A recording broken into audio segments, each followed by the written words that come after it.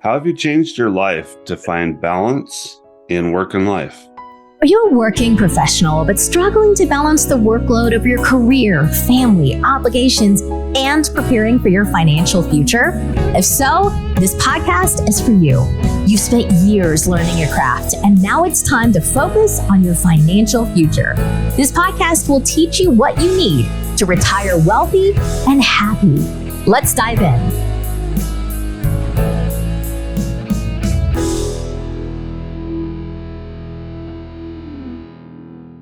Welcome to the Retire Wealthy and Happy podcast.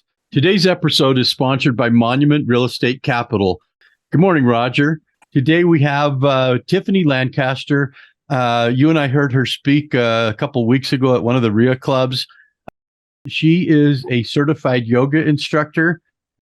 She is heavily involved in real estate. She runs a brokerage or at least a team. I think she used to run a brokerage. We had her husband on yesterday, and that was really a lot of fun. And you and I, we both sat at the real estate investment club a couple of weeks ago. We listened to both of them, and we both said, we've got to get these two on our podcast. So Tiffany, good morning and welcome. We are so glad to have you. Let us know how are you doing today? I'm doing so good. Thank you so much for having us. I'm super excited to have a conversation with you guys. We're excited to have you.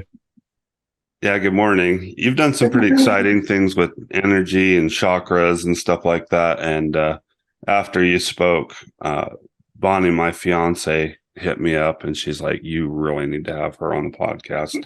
And so she's bought the Tru Life Balance Journal and has started with that. And I tried to get her to be the interviewee, but she was too shy. So here we are. Well, that's awesome. Hopefully I'll get to meet her soon. It's always exciting to hear when someone buys the journal. I'm always kind of hoping that they really get the benefit from it, because it's a really cool thing that I've actually just decided I'm going to be coaching my team using that journal. So that's awesome. So tell me a little bit about the journal before we're going to have you introduce yourself, but I want to know a little bit more about this journal. Okay.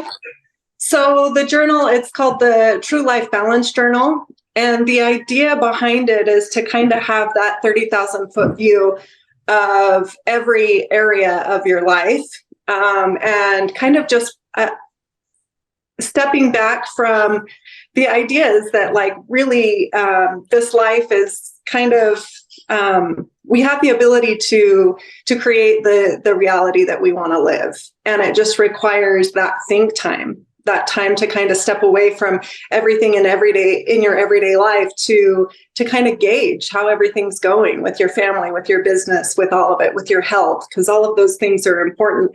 And it's hard to focus on everything all at once. And we don't necessarily need to. The idea is that we create harmony by intentional counterbalancing. So this just gives you the opportunity to, first of all, decide, what are you going to focus on? How long are you going to focus on it?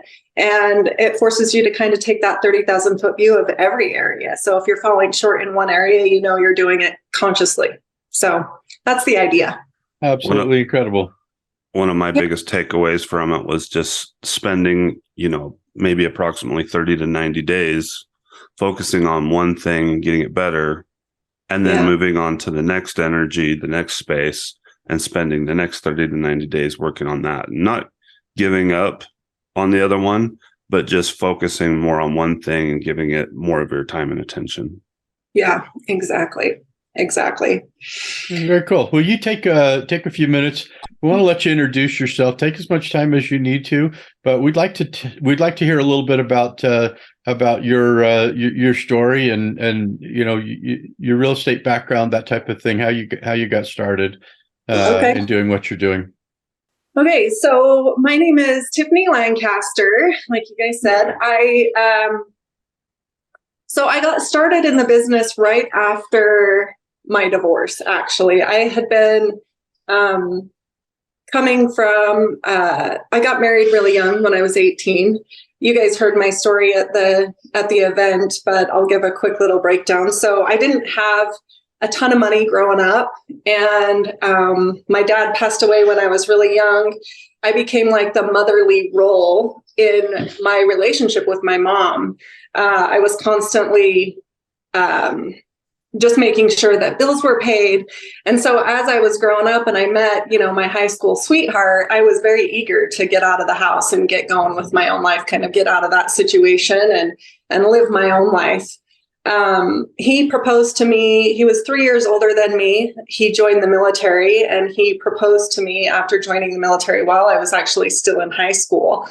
And I left. I said yes, and we moved to North Carolina, Fort Bragg. Got married. 6 weeks after moving there, he was actually deployed to Kosovo. And so 6 weeks, I was 17 years old, had just gotten married. 6 weeks after moving to this whole new city, clear across on the other side of the country, I find myself like by myself. He's gone for 6 months. But I've always just kind of been super independent. Like that was the gift in my childhood is I was very mature and very independent. So I ended up making that work. I, ended up graduating high school, finishing high school there. And I had a part-time job and, was getting money obviously from him. But so we moved, I got pregnant as soon as he got back, had my first child by the time I was 18. We ended up moving back. He had he was active duty for 2 years. We decided to move back to Utah after that, and he joined the reserves.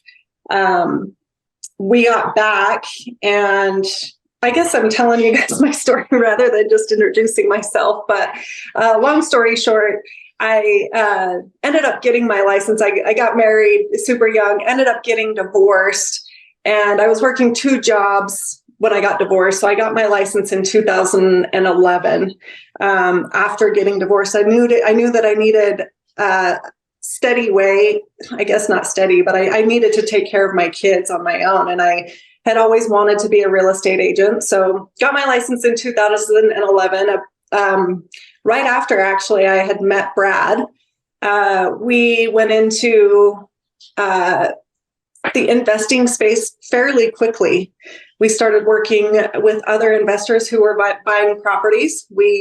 Brad would go to the auctions and I would go to for sale by owners and scour the market for properties that investors could buy. And initially we were just getting kind of like a finder's fee on all these properties.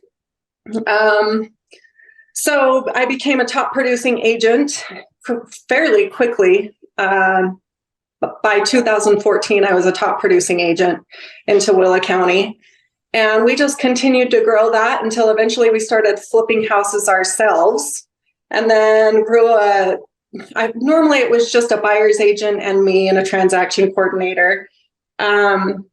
So, had a few people on my team. And then eventually I decided to open up a brokerage. Actually, in 2020, we decided it made more sense for us to open up a brokerage because we were doing so much business. It just no longer made sense for us to be at the brokerage we were at. But then I realized that also wasn't the best thing either, because I learned really quickly that I was taking on all of this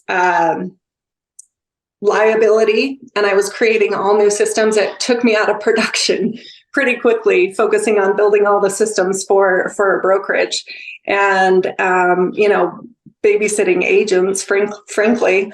So I realized that owning a brokerage was not what I wanted to do. It wasn't making us any more money. We were actually making less money, and decided that, what I really needed to do was just build a team to kind of leverage myself, because that's what we were looking to grow. We felt like really at our ceiling as far as like what we could do production wise with him and I and a couple, a buyer's agent and a transaction coordinator. So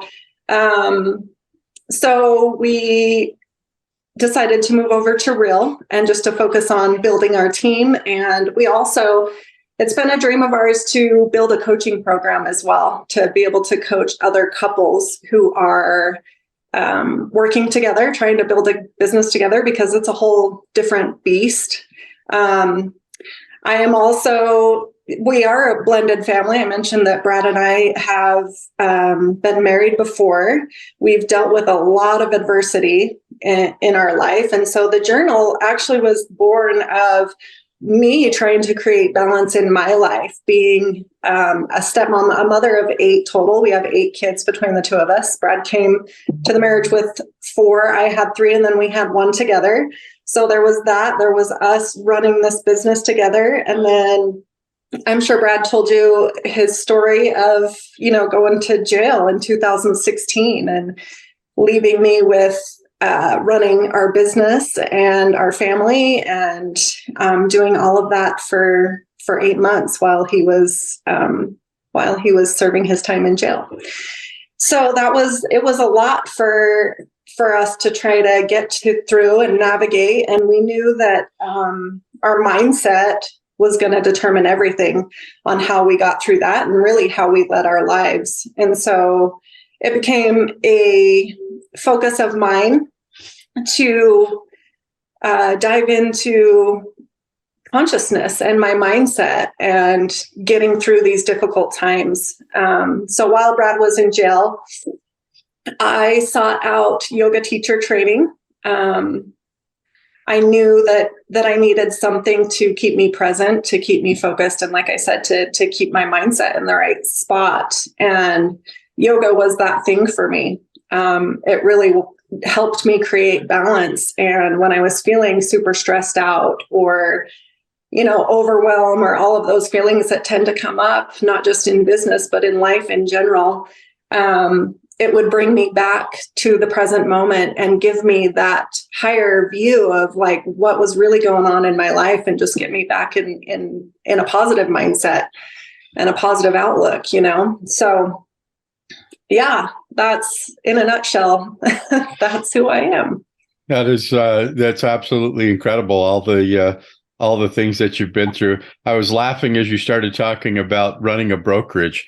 And I've been a broker since I think 91. I was an agent for a number of years before that. I have made a conscious decision not to hire other agents to work under me. I've had a couple, but I just the liability and the fact that you become the biggest babysitter in the world. I ran a lot of units in property management too. I always joke that you become the highest paid babysitter in the world when whether it's property management or running a brokerage. I think it's pretty consistent. So anyway. Yeah, we figured that out fairly quickly. Probably not quick enough, but business is one of those things where you just they say that 75% of the decisions that we make are not going to work out, but entrepreneurs got to be, crazy enough to make the decisions anyway for the 25% of the time that you're right. So I think we've all experienced a little bit of that. So, and I wanted to follow up a little bit. Your mediation, or not your yoga training, and that just seems incredible that you found a way to deal with some of the stresses of life. Tell us a little bit about that. Yeah. So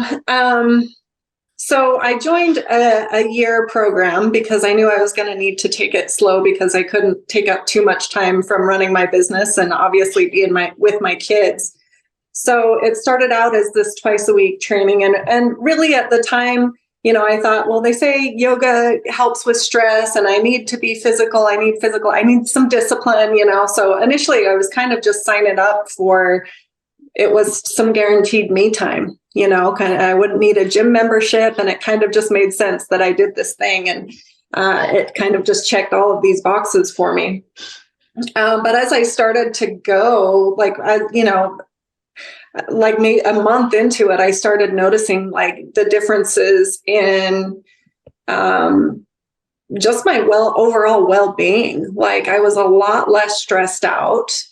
What it really taught me is how to watch my thoughts, how to meditation is a big piece of yoga. And so I learned a lot about the just the traditions and, Eastern philosophy on yoga and what it all meant. And it really just teaches this idea that we can control our reactions. We can respond to people. We can notice when we're feeling stressed out. We can feel it in our body. We can communicate with our body and figure out where this stress is coming from. Or, our body is constantly trying to communicate with us. And emotions and traumas that happen to us get stored in our body. And so yoga was actually created to release these stored traumas and emotions within our body. And meditation allowed me to be able to watch my thoughts and not try to stop the thoughts from being there, but just be the observer of them. Just start to notice like these stories that we tell ourselves. We all, we tend to have these negative thoughts, a lot of them throughout the day. And a lot of times they go unnoticed and we don't recognize what kind of effect these thoughts actually have on our lives. And that not just, are we like burning these pathways in our brains that convince us that these stories are true, but because it does that, like we almost align ourselves with that same vibration. So we're bringing that into our reality by having these thoughts that we don't even recognize we're having a lot of the time. So that was a first for me. That was a new idea for me. So when I was forced to just become aware of the thoughts I was having, I started recognizing how often I was having negative thoughts and how it was not serving me. So it's really, I credit it to being able to get through that time. When Brad was in jail, I was able to keep a positive attitude for him, and it affected him in a very high level. When I would go and meet with him and talk to him and talk to the kids, just having a positive attitude about everything. I remember visiting him one time and him talking to me about how, because I would share these things with him and then he'd read about it in jail. And I remember him telling me one time that we were on the phone and he said he had this crazy experience where there was all of this chaos happening in the jail.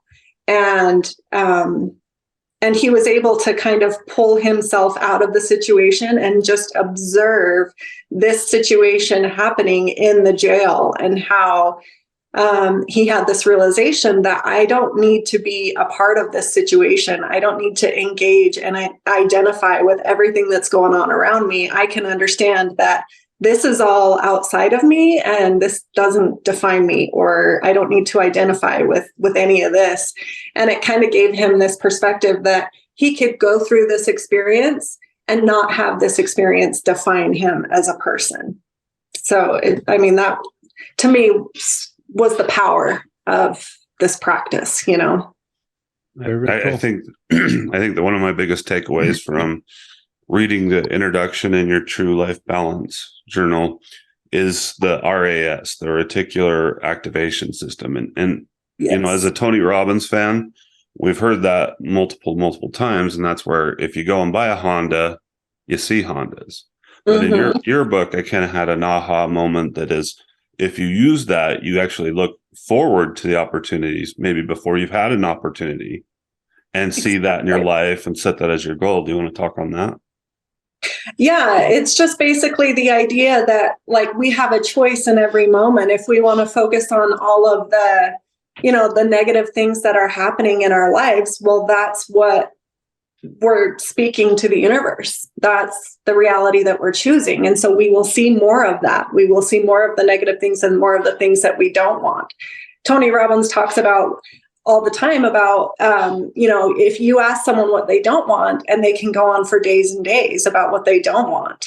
But if you ask them what they do want, they become stumped. They don't know what it is that they do want. And so it's just this idea that the more we can put our attention and our thoughts on the things that we want to see, the more we will see those things.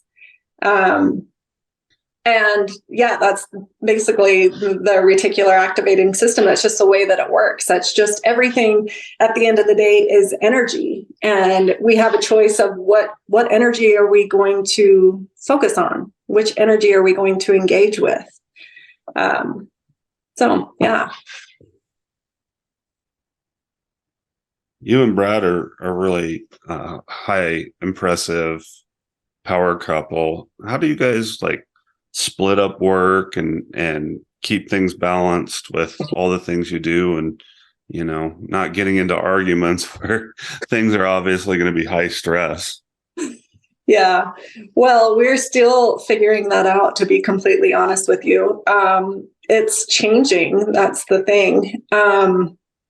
So I was just really thinking about this morning. It's kind of funny when you're running a business together and you're focusing on also becoming your best self and overcoming your limiting beliefs.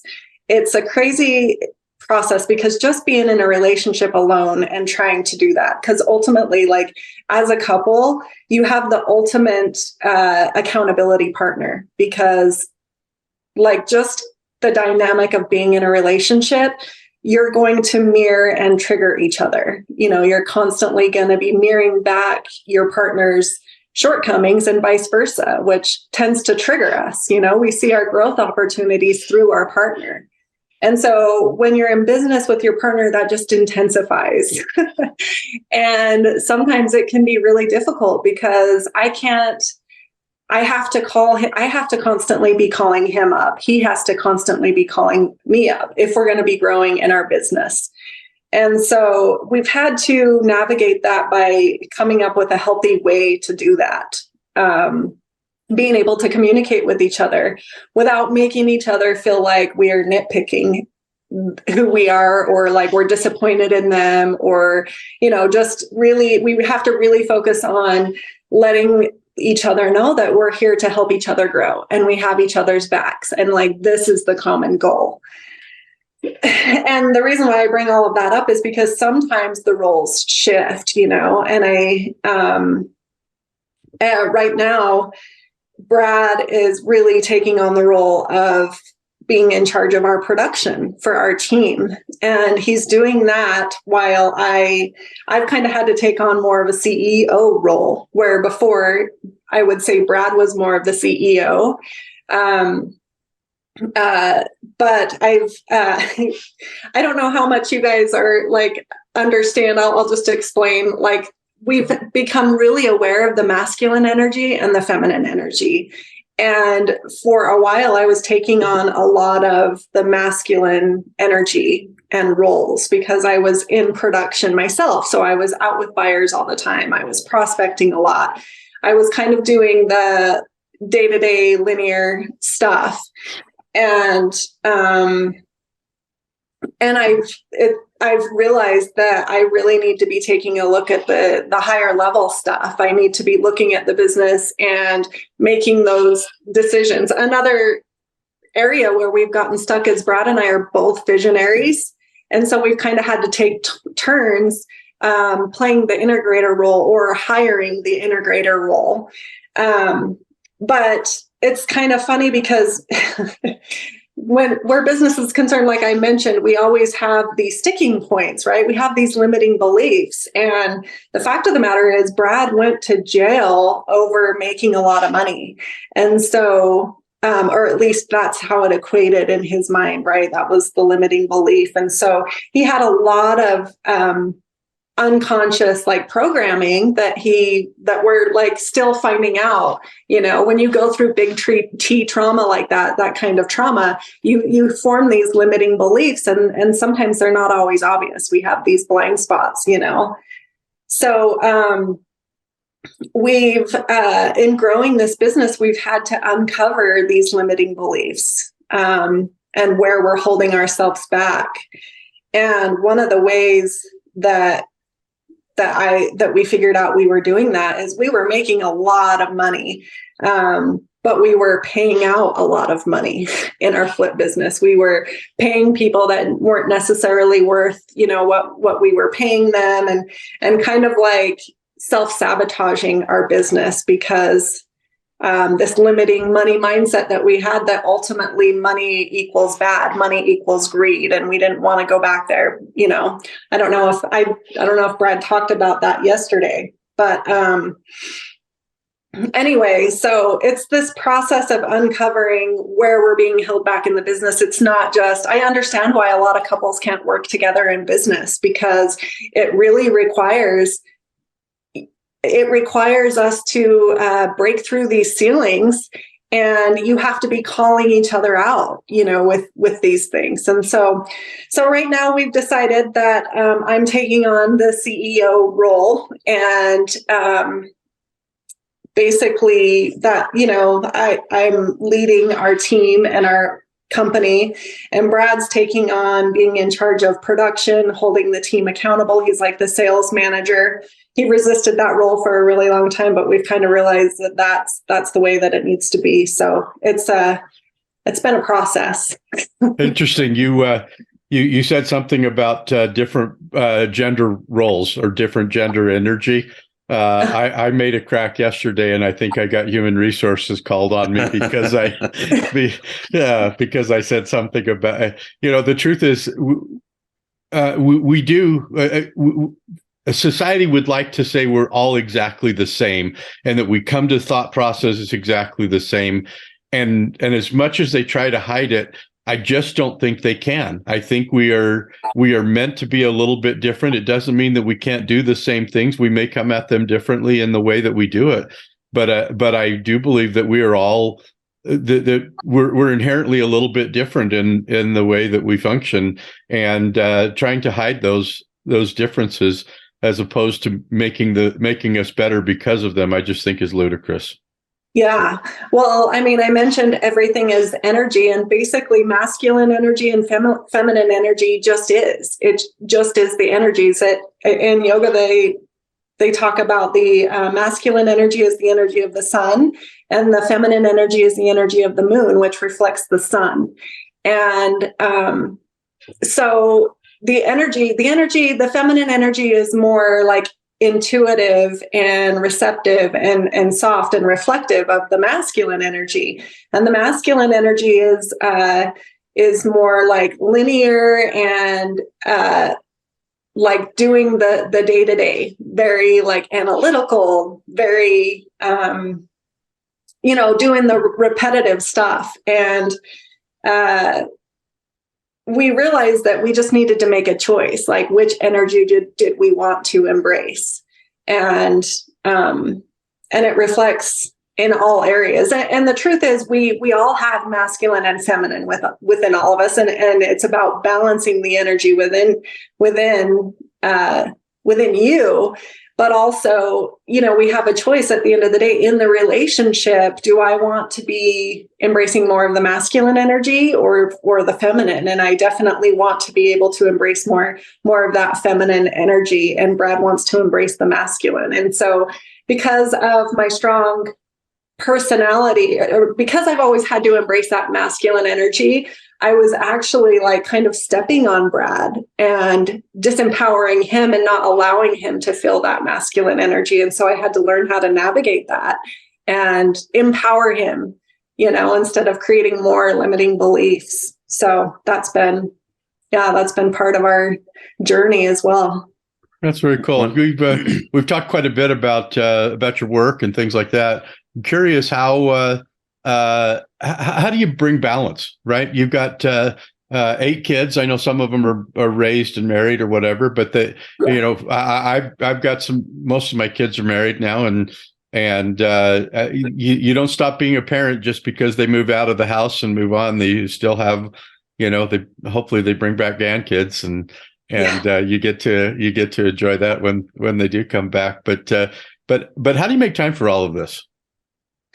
Well, I think everything is about awareness, right? Which is the idea behind the journal as well. And so I think when you can be more aware, you start to appreciate your time. Your time becomes a lot more precious. And so for me, it's been really a journey of focusing on the higher level activities, like the things that bring back the most amount of reward. When we had our kids only every other weekend, Brad had his kids only every other weekend, and I had mine for 50% of the time because my husband ended up getting joint custody.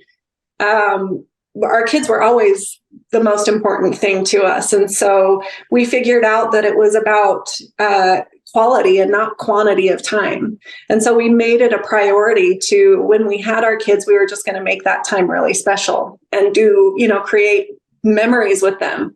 And that turned out to serve us. I mean, we were able to build an amazing relationship with our kids with, not having them all the time. And so that principle just applies everywhere. In business, it's the same thing. We just needed to look at our lives like, what are the needle movers that we need to get obsessed about? What are the needle movers that we just need to make sure we check off every single day to make sure that we're, successful in this area of our lives? And then that just conscious counterbalance, where you understand that for the next 90 days, you're going to have to get unbalanced in this one area. But then, the next 90 days, maybe you spend some intentional time building another muscle, in your life. So that is kind of how I've broken it down and been able to accomplish all things. Yeah. Roger and I both had split duties raising our kids, right? We picked them up on weekends. We, had our weeknight or whatever. But we both had that situation, and it's interesting how you get your kids, and you talked about just focusing. Hey, this is my time with my kids, and I'm just going to spend that time. And you try to do the best you can and make memories. They. My especially my ex-wife called me Disneyland dad forever because I was the one that picked the kids up and we went and did stuff with it. But you have to, right? Because there's nothing. I mean, what do you do for 2 days, right? Sit them down and make them do homework, or I mean. Yeah, I mean, you have to be intentional about that time. Brad's ex-wife called him the same thing. She called him Disneyland dad too, and. It just was what it was. And the fact of the matter is, though, even if you're not divorced, I ended up, my husband, ex-husband, my first husband, he fought for 50-50 custody and then never took them 50% of the time. He did for like the first year and a half. And then that just dwindled away. But what I found was it didn't really change much because I was focused on business the rest of the time. I was really like, even when the kids were there during the week, we rarely had, that intentional time. So it worked out even in that sense, because I think even in a traditional household, parents get focused on what they're doing. If they're running a business or just working a 9-to-5, life is busy, I remember how blessed I felt because of the ability, I was doing mostly brokerage at the time. Similar to what you're doing.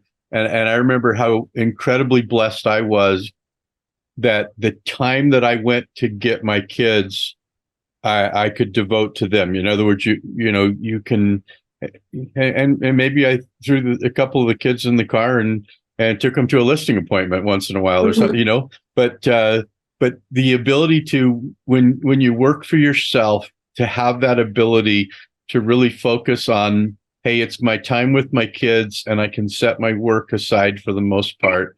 What an incredible blessing that is. To have started the business that you started and be able to spend that time. I just look back and go, I was really, really blessed that decisions we made had set us up to be able to do that. So, tell me a little bit about what kind of things you look forward to doing in the future. I know you guys are still trying to build your brokerage business. I know Brad had a fairly aggressive. He wants to have 100 doors, I think, in the next 4 or 5 years, something like that. And I know he said you're trying to integrate basically three families into one family unit. You've probably mostly done that one already, I would guess. He talks about vacations that you have with all the kids, including the married kids and that type of thing. Tell us a little bit about what your future looks like. Yeah. So our retirement plan is a lot of real estate. We're really focusing on building our real estate portfolio, and as well as being smarter about the way that we invest money.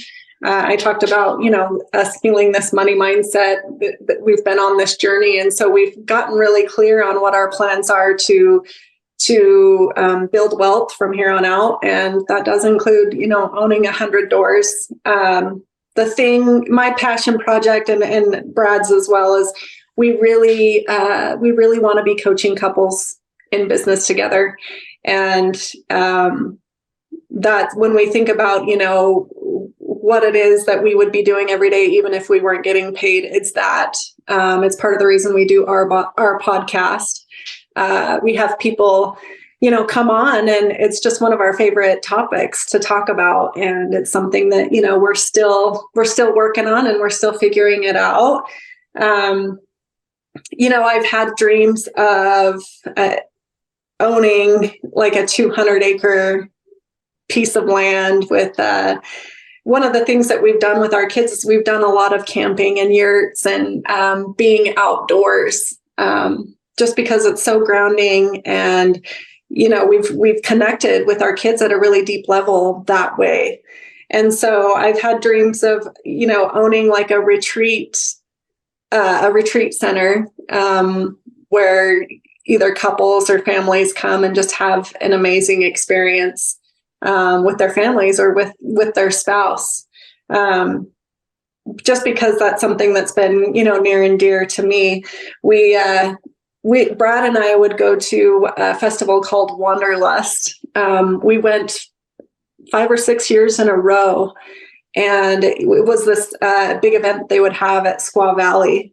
And it really was just a powerful thing. We went one year in Hawaii, actually.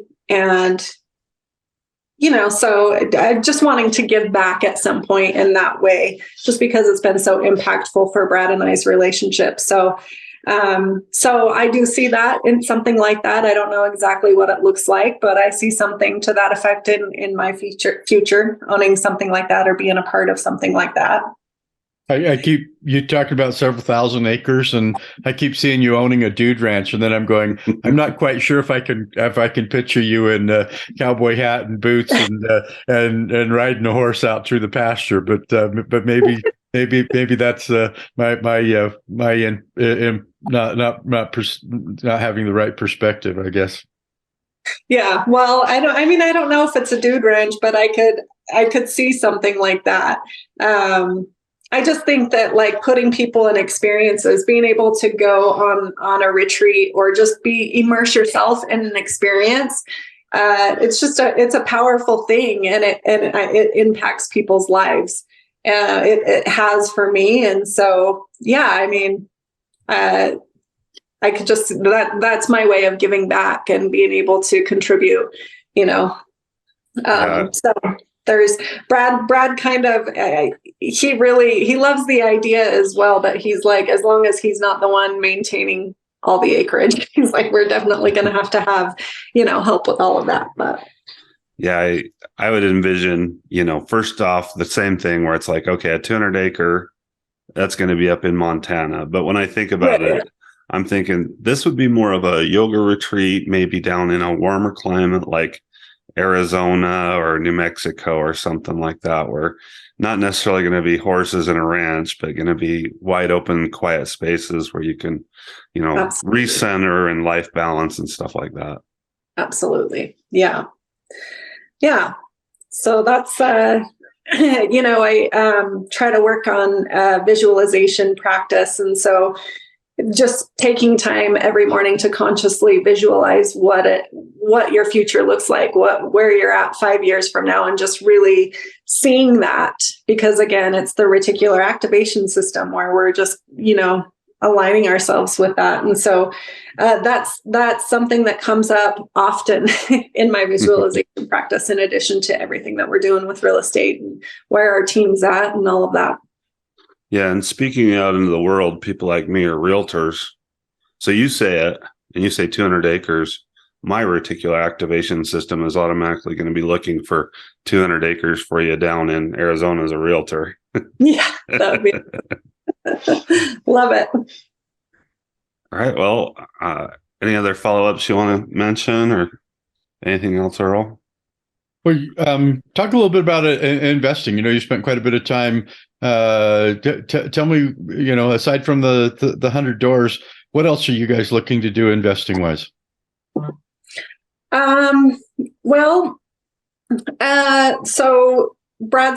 the 100 doors include like multifamily stuff. He's wanting to break into the multifamily. We're also, our first love is flipping houses. And that's kind of where we were able to change our lives, starting out with not using your own money and just going out and, having the hustle and the grit to go out and find those distressed properties and connect with those people that really are just need someone to help them, and so I see us having money that we like, being a hard money lender as well, and helping other people follow that same path and be able to grow by going out and finding those distressed properties and either, flipping them or whatever the case may be. So yeah, I see us eventually, having a fund to be able to do that as well as, just owning rentals. And I don't think we'll ever be out of the flip game. That Brad talks about that all the time, just the thrill of finding a deal. He loves that. And I think he will participate in some form in that, I think, for the rest of his life, just because he loves it so much. So, years ago, I actually was asked to renovate. It's a downtown. You're from Salt Lake area, so you might recognize the Walker building downtown, the one that had the big tower on it that used to tell the colors, would tell you whether it was going to rain or snow or what it was going to be. So I grew up being able to see that from a distance, but I was hired to renovate that building top to bottom, and it's been 25 years, maybe something like that. And even today, we go down to see the Christmas lights downtown, and sometimes we'll end up parking down and walk either through the building. And even today, I can walk in and go, oh my gosh, I've got my kids there. And like, your dad designed this. I was the one that saved the old, decorative plaster ceiling that's in that building, brought a guy in from New York to fix it and bought this, what was it, $50,000 chandelier. But to be able to walk through something that you have done and just say, yeah, I participated in bringing this back to the glory that it once was. You say Brad loves that thrill, and I'm just sitting here going, I absolutely love it. Too much of what we do right now is just, it's the same thing. We're doing apartments over and over and over again. And it really is exciting to go. We were there a couple of weeks ago, Roger and I, down in Albuquerque, and we walked one that was just completely trashed, the hoarder house down there. And to walk through and go, wow, we really did a nice job of bringing this back. But there's really, to me, that is as exciting as anything I do in my life, is to be able to go back and look and say, we helped bring this about. So I completely understand. Yeah, that is definitely my favorite part about it too. I know, there are some people that have this negative connotation for whatever reason about flippers, but I think I'm just so grateful. Like the fact it being in my hometown, for instance, and driving past all of the houses that we renovated, that we brought back to life. Because again, I'm a big believer that energy is energy. And when you do something like that, you're creating new energy within that property. And they're typically, when there's a distressed property, there's a distress, not typically, always, there's a distress situation behind that. There's a reason why people were living that way and living in that kind of chaos. And, when you go in and you completely demo it and then rebuild that building, you're creating a new energy. You're getting rid of that energy that was there before, and you're making it so another family can move in and bring a new energy into that part of the world, that part of the town. And so I do take a lot of pride in, how much transformation we've been able to create in our town and around the Salt Lake Valley. And I do love that. I think that that's amazing. Because if we weren't here to do that, what would happen to those properties? If there weren't people that were willing to go out and do that, recreate them. So I'm chomping at the bit. I've got a flip that's one actually owned for a long time. Excuse me. And so I've owned it for 9 years, and I kind of let it do its thing. I mean, it was rented and always 100% rented. And so now I've evicted the tenants, and I didn't really evict them. I asked them to move out, and I'm just chomping at the bit because it got pretty overgrown. The trees got old, and the, landscaping got bad and everything else. And so yesterday I did a before and after, where it was one of my befores and my after.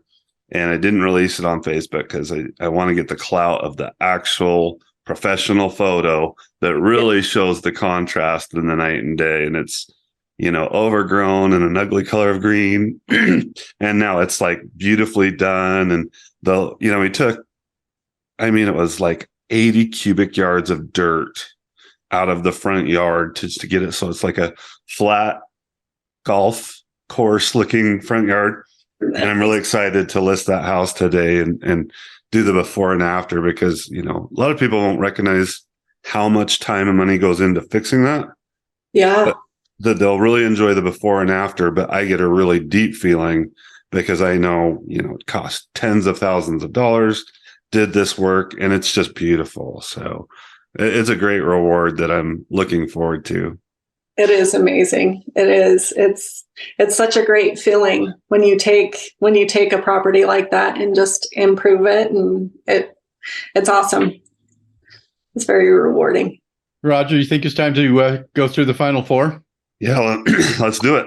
Okay. All right. We're gonna ask you 4 questions and get your responses. And we ask the same questions of all of our guests, and some of it you probably covered, but we'll ask them anyway and see what your response is. Number 1, tell us what your favorite business book is. So right now I'm reading Road Less Stupid. By Keith Cunningham. Keith Cunningham. Yes. Yes. And it's been a great book. I feel like what he's talking about is consciousness, but it's given it to me from a completely different perspective. And I'm really digging it. I'm really loving that book right now. So I have I'm almost all the way through it, but I put it on my, I put my headset on. I take my little dog for a walk at night. I had pneumonia a year ago, so I have to walk about 4 or 5 miles a night. But Keith Cunningham is the latest edition that I listen to while I'm out walking the dog. So I love that book. Yeah, Earl and I also had the privilege of going to Business Mastery, the Tony Robbins thing, a few months ago, and he actually spoke. Keith Cunningham actually spoke during that, so cool. That was fun. Very cool. Tell us what brings you true happiness. True happiness. I think ultimately it's a harmonious life. I mean, there's never going to be, I don't think there's ever going to be a life where you don't have adversity, because I think that that's just part of life, is figuring out how to overcome and get through adversity. but when you can live a life of balance and mindfulness, you start to understand that everything is happening for your benefit. And when you can really embrace that idea, I think that's experiencing true joy and true bliss. That's interesting because we spend quite a bit of time talking about this, but it's life happens for us, not to us, right? Exactly. And that's it's an interesting perspective that you just, regardless of what happens, I just decide I'm going to be happy. Exactly. Yeah. Tell us what your future retirement looks like. Stay involved with your business. Can you envision a time where you just sit back on the couch and watch YouTube videos or something like? What do you think ultimately looks like?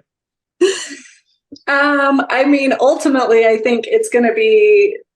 I mean, I see a point where we're like more passively investing, but no, I don't ever see myself not doing anything or not working towards a purpose. Of course, I see a time when, I'm spending a lot of time with grandkids and whatnot, and we're traveling the world, but we're always going to be working on something bigger than ourselves, whatever that looks like, That's interesting. You said grandkids. I joke about this all the time, but if I'd have known how much fun grandkids were, I would have traded my kids. I would have just jumped over kids and went right straight to grandkids, but I can't figure out how to do that. So they're a lot of fun. They bring a lot of joy into my life. So yeah, Earl said that in the early podcast, and I was like, so stop. And I was speaking to the editor, like, you need to take that out. We're not going to do that. Then yesterday, he was saying how great his kids were and how he'd give up anything for them. Today, we're back to the grandkids. So I don't know what happened last night, but we're back to that one. It's that concept that your kids are never completely raised, Roger. They come back and I love having my kids come back. Don't get me wrong, but you it seems like you look forward to the day when your kids all move out and you're kind of an empty nester, and then you're like, well, I think I am, but no, they keep coming back. So anyway. So what do you think and you've talked a lot about this, and I can see you genuinely enjoy the concept of giving back, but for our listeners out there, what do you think some of the best ways that that you can give back? I really think, sorry about that. So for me, it's, it always comes back to consciousness and teaching people how they can be in control of their own life and how they can experience true joy and bliss by making the conscious choice to focus on the positive and see the great in life. And when things aren't going great, understand that it's a gift and that it's helping you grow. Like I said, that's been life-changing for me. And so the more that I can help other people learn that concept and learn how to integrate that into their world, I feel like I'm doing pretty good. So That's awesome. Cool. I think you should tell us the name of your podcast, where we can find it, and how people can find you on social media. Sweet. So True Conscious Couple is the name of our podcast. Our Instagram and Facebook handle is also True Conscious Couple. And Tiff Lancaster is my Instagram handle on my personal Instagram. So you can find me. You can find us on all the socials, either by my first name or True Conscious Couple. Awesome. Very cool. Well, hey, we want to take, we just want to let you know how much we really, really appreciate you coming and sharing some time with us. Like we said at the beginning, Roger and I both looked as you guys spoke and said, these two together have a lot to offer. I was adamant that we should get you together because you guys you seem to feed off of each other so much. And I thought that would be really, really fun to get both of you together. Roger was like, nope, we're doing it separately. You don't get a choice. And it's been really, really nice to have both of you get both of your perspectives a little bit, which are quite different, Yeah. but it's fun to see two of you working together to accomplish the same thing, but coming at it from different perspectives. So we really, really appreciate you coming, and thank you so much for sharing your time with us. Yeah, thank you so much for having me. It's been great. Thanks everyone for joining us on the Retire Wealthy and Happy podcast. We'll see you next time. Hope you got value from this episode. And if you have a minute, then take the time to leave an honest written review for the podcast, because we take those reviews seriously and it'll help us serve you better on the next episodes. And most importantly, be sure to start taking action so you can control your financial future today.